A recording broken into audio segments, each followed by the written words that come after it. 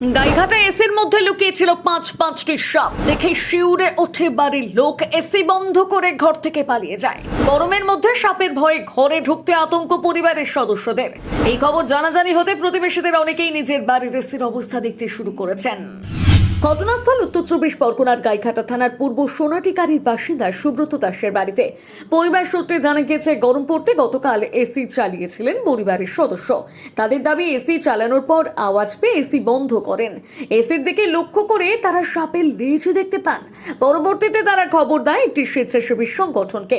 রাতে স্বেচ্ছাসেবী সংগঠনের সদস্যরা এসে দুটো সাপ উদ্ধার করে। আজ সকালে ফের খবর পেয়ে তারা ওই এসি থেকে আরও 3টে সাপ উদ্ধার করে। গতকাল 3:30 নাগাদ আমাদের এসিটা প্রথম গরম পড়ে প্রথম চালানো হয়েছিল। এবার চালানোর সঙ্গে সঙ্গে হঠাৎ দেখে কি লেজ জ্বলছে। এবার দেখে তো স্বাভাবিকভাবে আমরা ভয়ই পেয়ে গেছি। ভয় পাওয়ার পরে তারপরে আমরা আবার চালিয়ে দেখছি কি হয়। তারপরে এসিটা দেখছি চলছে না, কেমন যেন একটা আওয়াজ হচ্ছে। আমি বললাম বন্ধ করে রাখো। এবার তারপরে দাদাদের বন দপ্তরে ফোন করা হয়েছে। তারা আসেন সন্ধ্যাবেলা। কালকে 2টো সাপ ওখান থেকে বের করে নিয়ে যাই।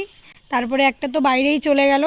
ওনারা যাওয়ার পরে আজকে 3টে উদ্ধার করেছে, আরও 2টো চলে গেছে। এখনও কটা আছে এখনও বলতে পারছি না। প্রচন্ড গরম পড়তেই মরশুমে প্রথম এসি চালানো হয়েছিল। শান্তিতে ঘুমানোর জন্য এসি চালাতেই যেন বিপদ ওত পেতেছিল। এসিতে শব্দ হতেই বাড়ির লোক আলো জেলে দেখতে গিয়েছিলেন শব্দের কারণ খুঁজতে। আর তখনই নজর পড়ে সাপের লেজ ঝুলছে। প্রচন্ড চিৎকার করে বাড়ির সকলে এসি বন্ধ করে বাইরে বেরিয়ে আসেন। খবর জানাজানি হয় এলাকায়। অনেকদিন পর গরম পড়েছে, গরমে এসে এসি চালিয়েছি। এসে দেখে পুরো শব্দ হচ্ছে কড়মড় করে। না, আগের থেকে দেখা যায় এসি চালানোর পরে হ্যাঁ সাপ দেখা গেছে। এসি চালানোর পরে লেজটা প্রথমে দেখতে পেরেছি। উদ্ধার হয়েছে 5টা সাপ। তখন তো আমাদের ভয়ে এসেছিল যে কি করে থাকবো এই বাড়িতে। খবর পেয়ে সাপ ধরতে চলে আসা এক স্বেচ্ছাসেবী সংগঠন। রাতেই স্বেচ্ছাসেবী সংগঠনের সদস্যরা এসে 2টো সাপ উদ্ধার করেন। আজ সকালে ফের খবর পেয়ে তারা ওই এসি থেকে আরও 3টে সাপ উদ্ধার করে। উদ্ধারকারীরা জানিয়েছেন, সাপগুলি মানুষের পক্ষে ক্ষতিকারক নয়।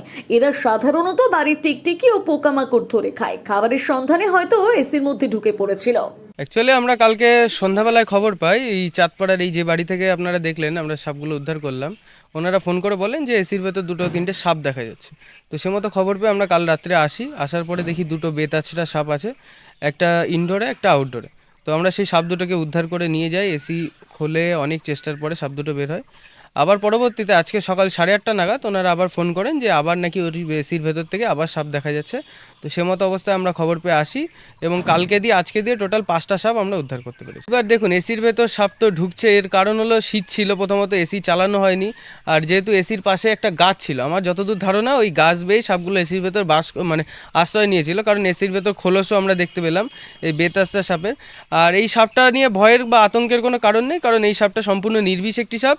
এই সাপে কোনো যে ভেনাম থাকে বা যে বিষ থাকে সেটা মিডলি ভেনামাস বলে, যেটা মানুষের পক্ষে কোনো ক্ষতিকারক হয় নয়। এবং এই সাপের যে খাবার আছে সেগুলো হলো ছোটো ছোটো টিকটিকি, আরশোলা, পোকামাকড়। এইসব খাবার জন্য এরা মূলত বসতির মধ্যে বা আমাদের মানুষ যে বাস করে যে সমস্ত জায়গায়, এইসব জায়গায় আশ্রয় নিতে। প্রাথমিকভাবে মনে করা হচ্ছে বাড়ির পাশে থাকা গাছ থেকে সবগুলো আশ্রয় নিয়েছিল এসির মধ্যে। তবে এই ঘটনার কথা জানাজানি হতে প্রতিবেশীদের অনেকেই নিজের বাড়ির এসির অবস্থা দেখতে শুরু করেছেন। Report Bengal live.